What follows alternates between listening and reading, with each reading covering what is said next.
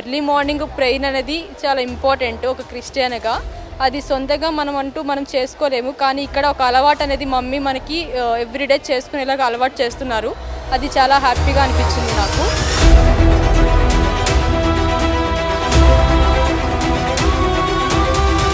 వచ్చిన దగ్గర నుంచి వాక్యపరంగా వాక్యంలో అలాగే పరిచర్య విషయంలో కూడా ఎంతో బలపడుతున్నాం. వాక్యపరంగా మన హృదయాలను ఎలా మార్చుకోవాలి అన్నది కూడా సత్యవాక్యం అనేది వినడం జరుగుతుంది.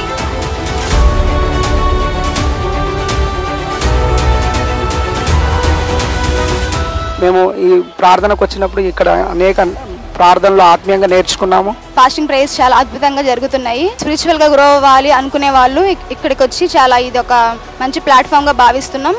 అండ్ నాకు కూడా చాలా ఆత్మీయంగా ఎదగడానికి ఇది చాలా సహాయపడింది.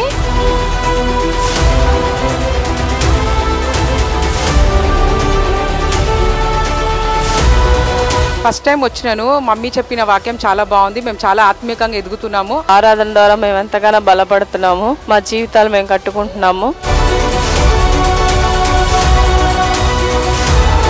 ఉపవాస ప్రార్థనల ముగింపు సభ అక్టోబర్ 16 ముగింపు సభ, అక్టోబర్ 16 50 రోజుల ముగింపు సభ, అక్టోబర్ 16 మేము వచ్చాం, మీరు రండి, అందరం కలిసి దేవుని రాజ్యాన్ని కడదాం.